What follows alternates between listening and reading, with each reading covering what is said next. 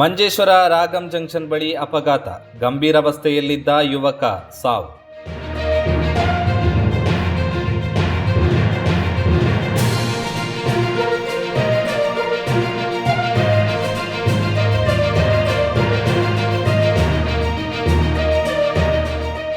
ರಾಷ್ಟ್ರೀಯ ಹೆದ್ದಾರಿ 66ರ ಮಂಜೇಶ್ವರ ರಾಗಂ ಜಂಕ್ಷನ್ ಬಳಿ ಕಾರು ಬಸ್ಸು ಡಿಕ್ಕಿ ಹೊಡೆದು ಉಂಟಾದ ಅಪಘಾತದಲ್ಲಿ ಗಂಭೀರಾವಸ್ಥೆಯಲ್ಲಿ ಆಸ್ಪತ್ರೆಗೆ ದಾಖಲಾಗಿದ್ದ ಯುವಕ ಚಿಕಿತ್ಸೆಗೆ ಸ್ಪಂದಿಸದೆ ಸಾವನ್ನಪ್ಪಿದ್ದಾನೆ.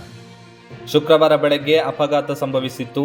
ಕಾರಿನಲ್ಲಿದ್ದ ವರ್ಕಾಡಿ ತೋಕೆ ನಿವಾಸಿಗಳಾದ ಕೆಲ್ವಿನ್ ಡಿಸೋಜಾ, ಪ್ರಜ್ವಲ್, ಪ್ರೀತಮ್ ಗಾಯಗೊಂಡಿದ್ದು ಇವರನ್ನ ಮಂಗಳೂರಿನ ಖಾಸಗಿ ಆಸ್ಪತ್ರೆಗೆ ದಾಖಲಿಸಲಾಗಿತ್ತು.